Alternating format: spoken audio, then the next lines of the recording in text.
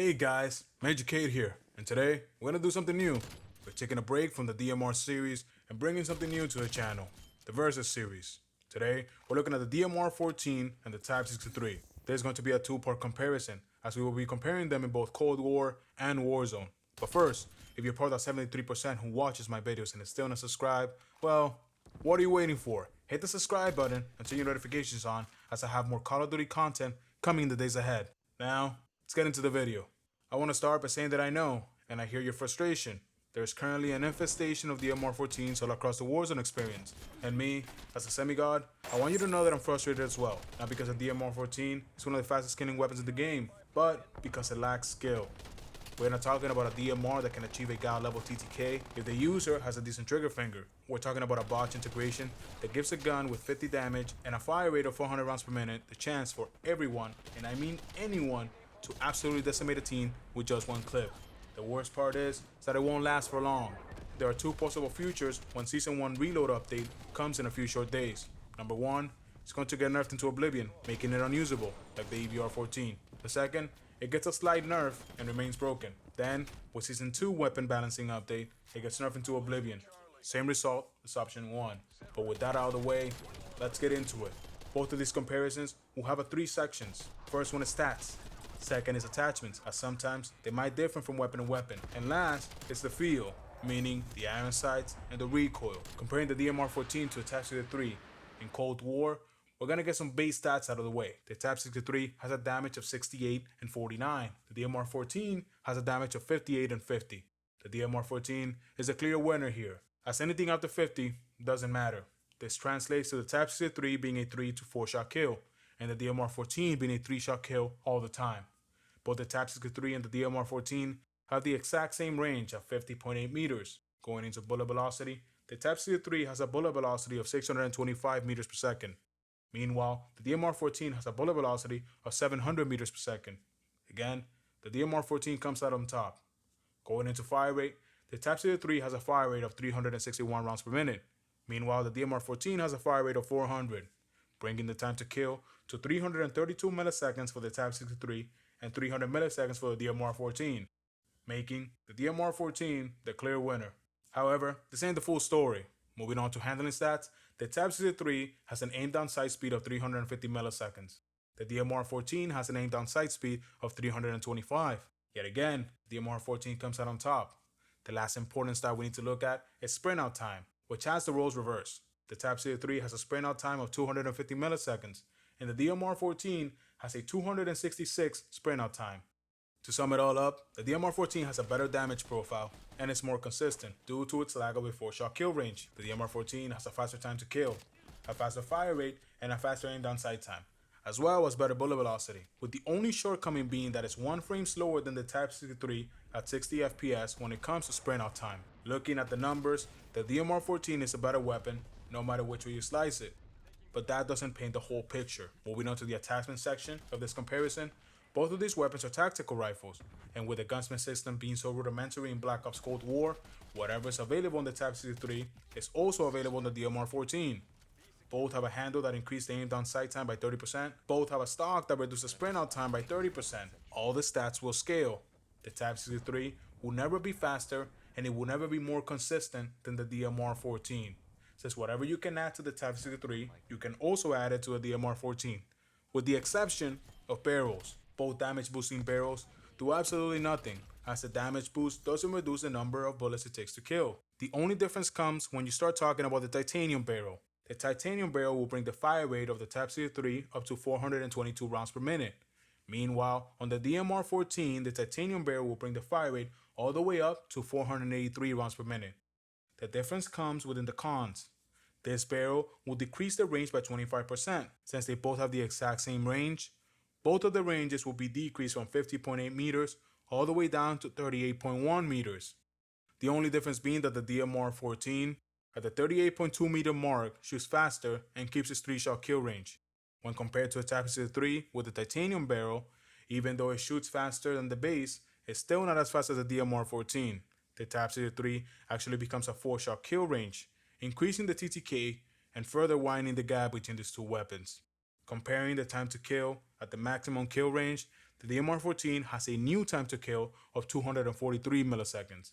The Type 63 has a 284 millisecond time to kill. Now, when you stretch those ranges out past the 38.1 meter mark, the DMR-14 keeps its 3-shot kill range at 243 milliseconds, yet the Type 63 drops to a 4-shot kill range and increasing its time to kill all the way up to 426 milliseconds. The DMR-14 is just better.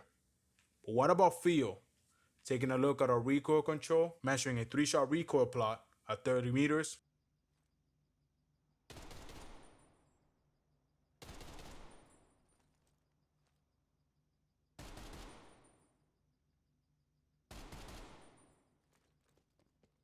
there's no clear winner, but the DMR-14 does have less horizontal recoil. The last thing to look at when talking about feel is the iron sights. When we compare these two side by side, in my personal opinion, the DMR-14 takes the cake here.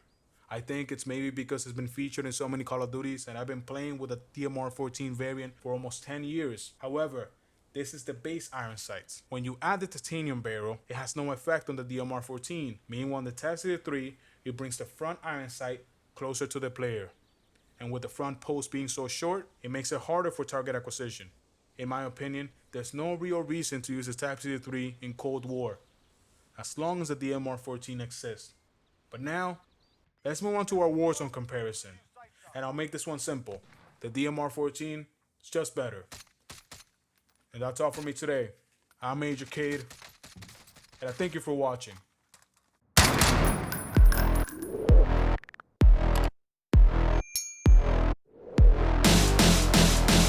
Just kidding. It's actually the opposite, and hear me out here. We're gonna start with the stats. The Type 63 has a damage profile of 65 flat. The DMR-14 does 50 damage. With no other values, it's just plain and simple. In Warzone, there are different body multipliers, unlike in Cold War. In Warzone, both of these guns have an upper chest multiplier, bringing the damage up to 72 for the Type 63 and 60 for the DMR-14.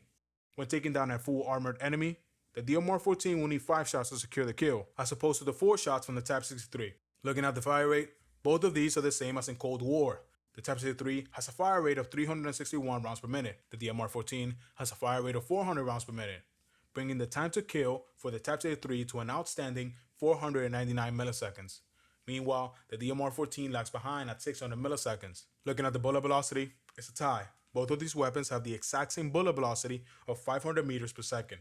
Moving on to our handling stats, the DMR-14 has an aim down sight time of 317 milliseconds. Meanwhile, the Type 63 has an aim down sight time of 284 milliseconds. For our sprint out time, the Type 63 has a ridiculous sprint out time of 197 milliseconds, when compared to a DMR-14 sprint out time of 297 milliseconds.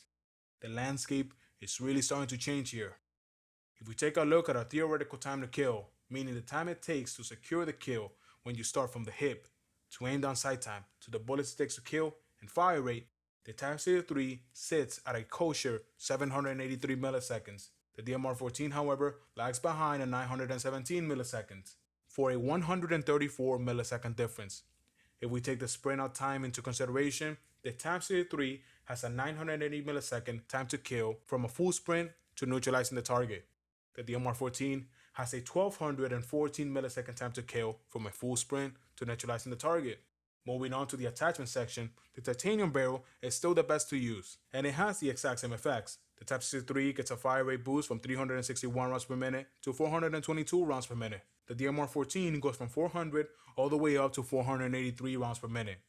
What this means for our time to kill, the Type 63 goes from a 499 millisecond down to 427 milliseconds.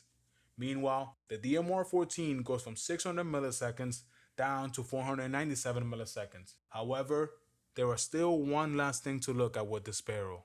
In Cold War, the titanium barrel cuts down your range by 25%, and it's the exact same thing in Warzone, but both of these guns only have one damage range. Therefore, their stats are hard stats. There's no leniency here. There is no damage drop-off. Moving on to our last section of our comparison, and that being the feel of the weapon. The DMR-14 clearly has better iron sights. However, the Type 63 actually has a bigger front sight post when compared to its Cold War counterpart. The DMR-14 is the clear winner, but the Type 63 isn't far behind. The last thing for us to look at is recoil, and we're going to be doing a 5-shot recoil plot at 30 meters.